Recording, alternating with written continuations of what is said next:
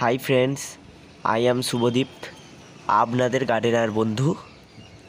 আজকে আমি আপনাদেরকে বলবো ফ্রেঞ্চ বা ইনকা বা হাইব্রিড জাতীয় গাঁদা সম্পর্কে কিছু বিশেষ তথ্য এবং পরিচর্যা। আর কিছু না বলে আমি ভিডিওটা শুরু করছি। সাবস্ক্রাইব করুন গার্ডেনিং উইথ শুভদীপ চ্যানেলটিকে এবং বেল আইকন প্রেস করুন সবার আগে গার্ডেনিংয়ের ভিডিও পাওয়ার জন্য। প্রথমেই বলি, এই সব জাতীয় গাঁদাদের বসাতে হয় নভেম্বরের 10 তারিখের মধ্যে। আমি এই গাছটিকে বসিয়েছিলাম নভেম্বরের 8 তারিখ এবং এই গাছটির বয়স এখন মোটামুটি 1 মাসের বেশি। এই গাছগুলিতে এখন ফুল চলে এসেছে, গাছগুলি খুব ভালো ঝাড় হয়েছে। এর জন্য মাটি তৈরি করতে হয়।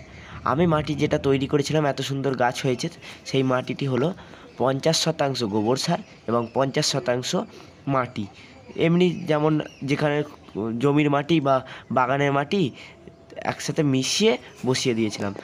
মোটামুটি ভালোই ফ্লাওয়ারিং হচ্ছে গাছগুলোয়, কুঁড়িও আসছে অনেক। আর এই গাছগুলির যত্ন খুবই সহজ।